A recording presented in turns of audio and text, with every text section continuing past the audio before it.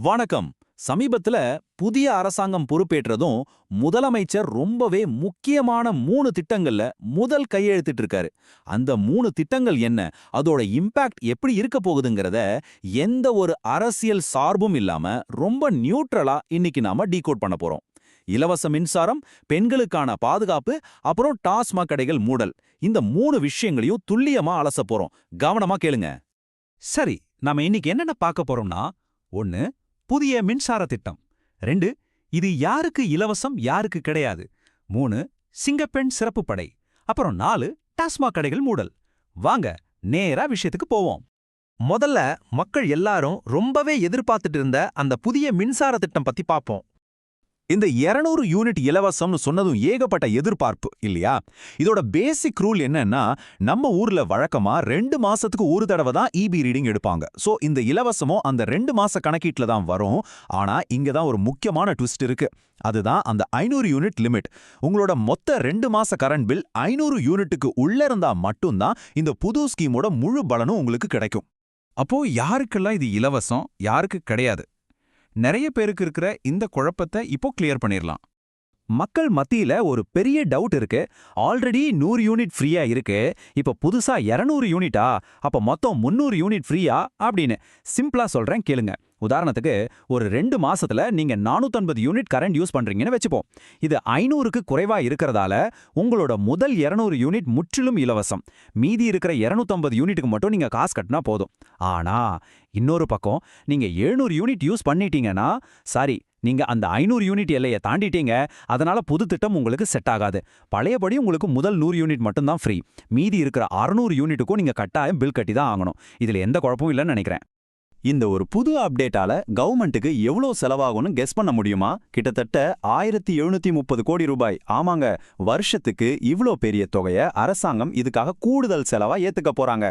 சரி, இவ்ளோ பெரிய தொகையை செலவழிப்பதால நிஜமாவே யாருக்கு லாபம்?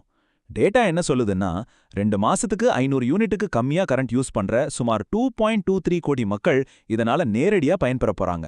நம்ம மாநில மக்கள் தொகையில இது ரொம்பவே ஒரு பெரிய நம்பர் இல்லையா? இங்க நாம கவனிக்க வேண்டிய ரொம்ப முக்கியமான விஷயம் ஒன்னு இருக்கு. 200 யூனிட் ஃப்ரீயா கிடைக்குதேன்னு சொல்லிட்டு தேவையில்லாம பகல்ல ஏசி, ஃபேனுன்னு எல்லாத்தையும் ஓட விடக்கூடாதுன்னு எக்ஸ்பர்ட்ஸ் வார்னிங் கொடுக்குறாங்க. நாம எந்த அளவுக்கு கரண்ட்டை மிச்சப்படுத்துறோமோ அந்த அளவுக்கு நம்ம பவர் கிரிட் ஸ்டேபிளா இருக்கும். இலவசம்ங்கிறது நம்ம தேவையை பூர்த்தி செய்யவே தவிர வீணாக்குறதுக்கு கிடையாதுங்கிறத நம்ம எப்பவும் மனசுல வச்சுக்கணும்.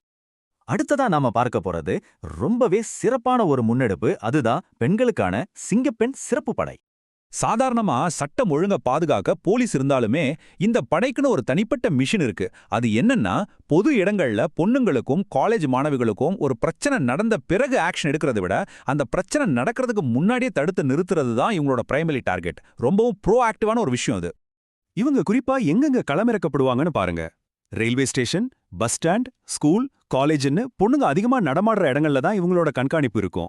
இதுல ஒரு முக்கியமான ஹைலைட் என்னன்னா, ஐடி கம்பெனிகள்ல லேட் நைட் ஷிஃப்ட் முடிஞ்சு நள்ளிரவு 12 மணிலிருந்து 1 மணிக்குள்ள வீட்டுக்கு திரும்புற பொண்ணுங்களுக்காகவே அந்த நேரத்துல இவங்க ஸ்பெஷல் ரோந்து பணியில இருப்பாங்க. இது கண்டிப்பா ஒரு பெரிய ரிலீஃப். இவங்க எப்படி செயல்பட போறாங்கன்னு பாத்தீங்கன்னா, ரொம்பவே வித்தியாசமான ஸ்ட்ராட்டஜி. ஸ்டெப் 1, யூனிஃபார்ம்ல இல்லாம சாதாரண மக்களோட மக்களா கூட்டத்துல கலந்திருப்பாங்க. இதனால குற்றவாளிகளை ஈஸியா பிடிக்க முடியும். ஸ்டெப் 2, அந்த ஏரியாக்கள்ல தொடர்ந்து பேட்ரோலிங் பண்றது. ஸ்டெப் 3, ஏதாவது கம்ப்ளைண்ட் வந்தா ஸ்பாட்லயே ஆக்ஷன் எடுத்து நிரந்தரமான ஒரு தீர்வு கொடுக்கறது. தப்பு பண்றவங்களுக்கு இனிமே பயம் கன்ஃபார்ம். ஃபைனலா அரசாங்கம் எடுத்திருக்கிற 3வது அதிரடி உத்தரவு பத்தி பாப்போம். டாஸ்மாக் கடைகள் மூடல். நம்ம மாநிலத்தோட மிகப்பெரிய வருவாய் ஆதாரமா இருக்கிற இந்த துறையில எடுத்திருக்கிற முடிவு ரொம்பவே பேசப்படுற ஒண்ணு. இதோட கோர் ஐடியா என்னன்னா, விநியோக சங்கிலியை, அதாவது அந்த சப்ளை செயினை முற்றிலுமா கட் பண்ணி ஒரு போதையில்லா சமுதாயத்தை உருவாக்குறதுன்னு அரசாங்கம் ரொம்ப தெளிவா சொல்லியிருக்காங்க. அந்த தொலைநோக்கு பார்வையோட முதல் ஸ்டெப் தான் இது. இதுக்கான ரூல்ஸ் ரொம்பவே ஸ்ட்ரிக்ட்.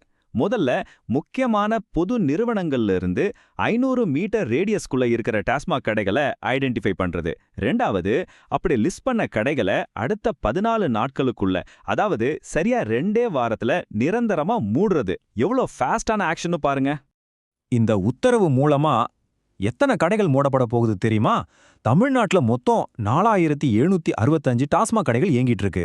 அதுல ஒரே அடியா 717 கடைகளை உடனே மூடத்துக்கு ஆர்டர் போட்டிருக்காங்க. This is huge.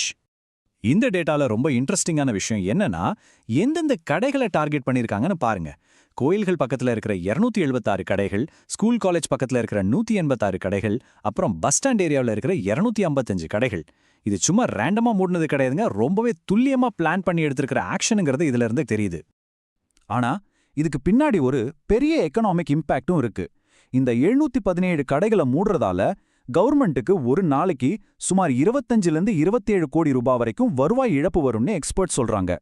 இவ்ளோ பெரிய லாஸ் இருந்தாலும் பரவாயில்லன்னு இந்த அதிரடி முடிவை முன்னெடுத்திருக்காங்க. அவ்வளவுதாங்க, அரசாங்கத்தோட இந்த 3 புது திட்டங்களோட முழுமையான அனாலிசிஸ் இதுதான். சரி, இப்போ உங்ககிட்ட ஒரு கேள்வி. இன்னிக்கே உங்களோட பழைய இபி பில்லை எடுத்து பாருங்க. உங்களோட 2 மாச கரண்ட் யூசேஜ் அந்த 500 யூனிட் லிமிட்டுக்கு உள்ள வருதா, இந்த புது 200 யூனிட் ஃப்ரீ ஸ்கீம் உங்களுக்கு கிடைக்க போகுதான்னு செக் பண்ணி பாருங்க.